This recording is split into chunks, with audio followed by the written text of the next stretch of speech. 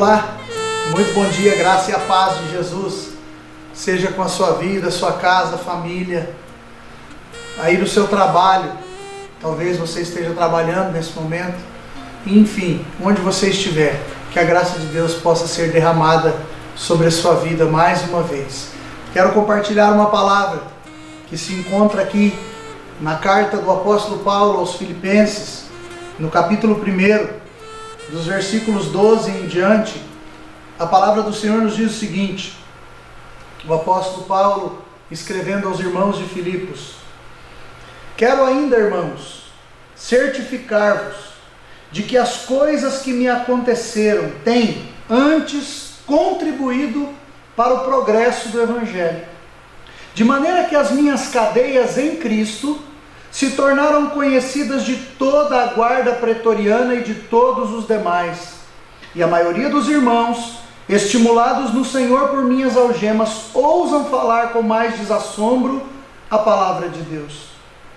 Alguns efetivamente proclamam a Cristo por inveja e por porfia. Outros, porém, o fazem de boa vontade, estes por amor, sabendo que estou incumbido da defesa do Evangelho. Aqueles, contudo, pregam a Cristo por discórdia, insinceramente, julgando suscitar tribulação às minhas cadeias. Todavia, que importa? Uma vez que Cristo, de qualquer modo, está sendo pregado, quer por pretexto, quer por verdade, também com isto me regozijo, sim, sempre me regozijarei. Que o Espírito Santo possa falar ao meu e ao seu coração através desta palavra. Queridos, eu quero deixar como tema desta mensagem a grandeza do Evangelho de Jesus, a sublimidade do Evangelho de Jesus, a beleza do Evangelho de Jesus. Isso porque o texto nos fala de um momento em que o apóstolo Paulo está preso e, por ocasião desta prisão, o apóstolo Paulo escreveu algumas cartas, uma delas é a carta aos Filipenses, e o apóstolo Paulo vai nos dizer algumas verdades a respeito da grandeza do Evangelho. Como é que esta mensagem, esta boa nova da pessoa de Jesus, da vinda de Jesus, está acima de todas e quaisquer circunstâncias e situações da nossa vida. E é exatamente isso que eu e você precisamos entender. Quando nós vamos para a palavra de Deus, nós precisamos entender que nós não estamos diante de um livro qualquer. Nós estamos diante da palavra de Deus. A palavra de Deus que é viva, que é eficaz, que penetra ao mais profundo do nosso ser, trazendo uma transformação de dentro para fora, trazendo respostas para nós, porque ela é útil para ensinar, para corrigir, para admoestar, em tudo aquilo que eu e você precisamos. Esse Evangelho está acima de qualquer outra coisa. E é exatamente isso que o apóstolo Paulo vai trazer para mim e para você. Em primeiro lugar, Paulo diz aqui exatamente o que diz, porque ele sabia da grandeza desse Evangelho, porque mesmo preso fisicamente, Paulo sabia que o Evangelho continuava frutificando através da sua vida. Os versículos, finalzinho do versículo 12 e o versículo 13 vai nos dizer isso. Paulo está dizendo assim: olha, houve um progresso no Evangelho, eu estou preso, mas houve um progresso no Evangelho. Por quê? Porque toda a guarda pretoriana, a guarda romana, ficou sabendo, ele diz, aqui o termo que ele usa é as minhas cadeias em Cristo. Ele não está falando da sua prisão física, mas ele estava dizendo a respeito do comprometimento que ele tinha com Cristo. Ou seja, Paulo está dizendo: eu tive a oportunidade de, nesta condição, pregar o Evangelho para todos esses que estavam fazendo a minha guarda. Havia um revezamento diário e vários soldados romanos revezavam-se para cuidar do apóstolo Paulo. E Deus o coloca nessa situação para que aqueles homens fossem alcançados. Você consegue entender? Nós temos um trabalho no Instituto do Rim, e nós já podemos ministrar para algumas pessoas que se encontram naquela situação, e eu estou usando só um exemplo. Mas existem outras circunstâncias, talvez você se encontre numa outra situação, onde você se encontra limitado, privado de alguma situação que você até gostaria de estar fora disso. Você se encontra preso em alguma realidade, mas eu quero dizer que Deus, na sua soberana vontade e na sua onisciência, sabedor de todas as coisas, Ele nos coloca em determinadas situações para que nós sejamos instrumentos dele naquele lugar. Ele sabe que de outra forma aquelas pessoas não seriam alcançadas. Então eu e você precisamos entender que o Evangelho está acima disso. O propósito de Deus está acima de qualquer circunstância da nossa vida. O apóstolo Paulo sabia que mesmo preso, o Evangelho continuava frutificando através da vida dele, porque ele entendeu que o Evangelho de Cristo é algo sublime. A mensagem que ele carrega, ele estava preso fisicamente, mas o Evangelho não. Você pode estar enfermo, você pode estar limitado, mas os teus joelhos ou o seu coração podem se dobrar a qualquer momento diante de Deus. E não há nada de mais poderoso do que poder estar na presença de Deus em oração, em clamor, em súplica e também apregoando a palavra de Deus.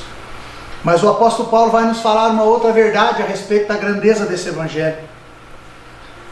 E o que Paulo fala aqui é o seguinte, é que Paulo sabia que algo de sobrenatural produzia uma estrutura forte nos irmãos. O fato de Paulo estar preso, ele vai falar isso no versículo de número 14. Ele diz assim: olha, as minhas cadeias, a minha prisão. Ele não sabia explicar o porquê, mas ele sabia que algo de sobrenatural estava acontecendo com os irmãos, porque os irmãos pregavam o Evangelho com mais desassombro, com mais ousadia, com mais coragem. Muito provavelmente, queridos, porque esse Evangelho continuava trabalhando. Esta palavra, esse Jesus, continuava trabalhando na vida do apóstolo Paulo, e aqueles que sabiam da condição que Paulo estava, e como Paulo enfrentou aquele momento, essas pessoas acabavam sendo encorajadas. Porque nós entendemos o seguinte: alguém que está preso está precisando ser encorajado. Mas o apóstolo Paulo, de dentro daquela prisão, ele escreve uma carta cujo teor é a alegria. E ele encoraja os irmãos que estão livres fisicamente. Você consegue entender isso? Paulo sabia que algo estava sendo produzido da vida dos irmãos. Paulo entendeu o princípio de morte e ressurreição. Muitas vezes Deus nos faz enfermar. Deus permite que algumas coisas morram em nós, para que outros venham a ter vida. Nós passarmos por algumas experiências para que nós possamos ser instrumento de Deus na vida de outros. É o que Paulo escreve aos irmãos de Corinto, na sua segunda carta, no capítulo 1, a partir do versículo 3, depois você dê uma olhada lá. Como é que Deus nos consola nas nossas tribulações, para consolarmos ao outro. O Evangelho de Cristo está acima de tudo, a grandeza do Evangelho de Jesus. Mas Paulo também pode nos falar a respeito disso, porque em terceiro lugar, Paulo sabia que até mesmo a oposição clara ao Evangelho, na verdade, trabalhava ao seu favor.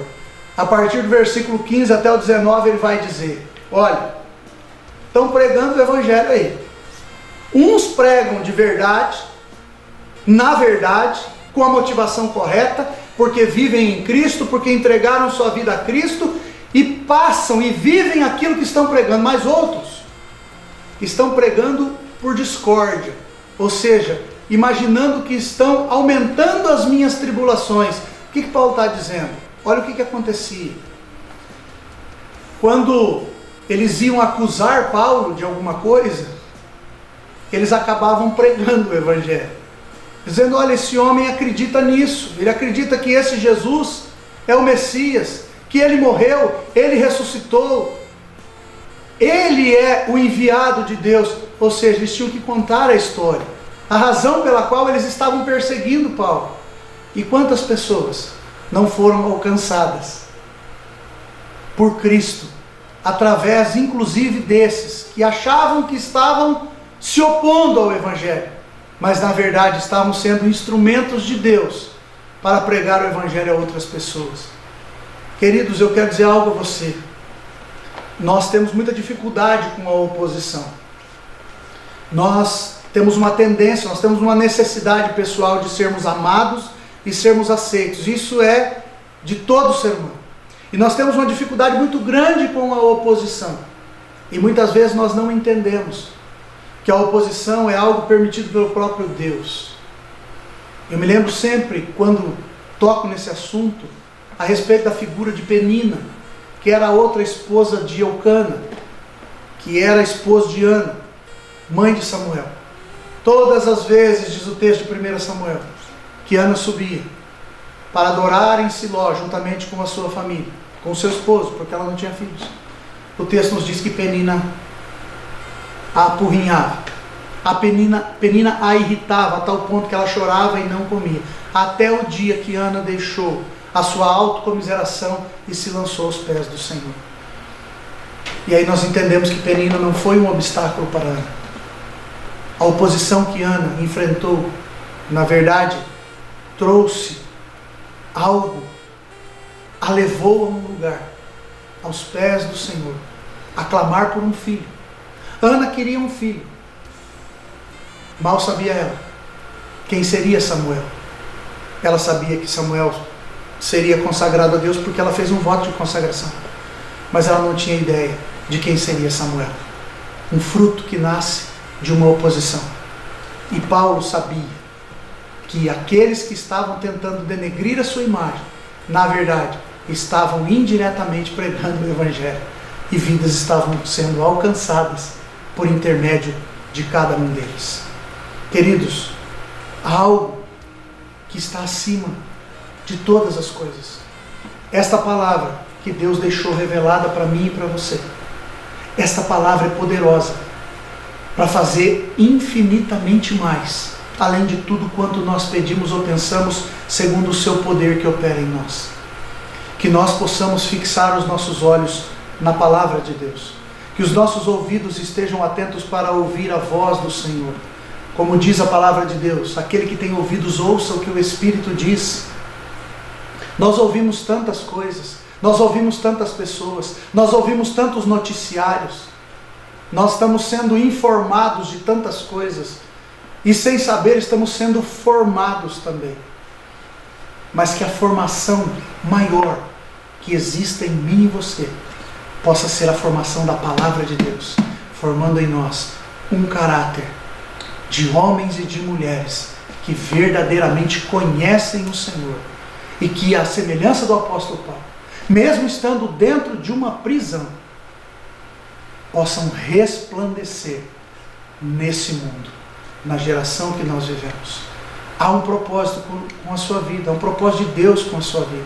Em tudo isso que você está passando, é no Evangelho que você vai encontrar a força necessária, o suporte, para que você enfrente e vença todas e quaisquer situações da sua vida. E eu gostaria de orar com você. Pai, nós te louvamos, nós te damos graças, ó Pai, porque o Senhor está aqui. Nós queremos te dar graças porque o Senhor se manifesta mediante a tua palavra. O Evangelho de Jesus, a boa nova de Jesus, a vinda do nosso Salvador, do nosso Senhor, aquele que veio nos resgatar, e aquele que vem caminhar conosco, aquele que vem ser a nossa provisão, vem ser o nosso alimento, a nossa direção, o nosso caminhar, a nossa luz, o nosso consolo, o nosso conforto, o nosso encorajamento. Nós queremos te dar graças, ó Deus, porque a tua palavra está acima de toda e qualquer circunstância da nossa vida. Porque está escrito nesta palavra: passarão céus e terra, mas a minha palavra não passará. E o propósito que o Senhor tem com cada um de nós, aqueles que estão ouvindo esta mensagem, há de se cumprir para a glória do teu santo e bendito nome, em Cristo Jesus. Amém. Querido, que Deus te abençoe mais uma vez, fique na paz do Senhor Jesus Cristo e até o nosso próximo encontro.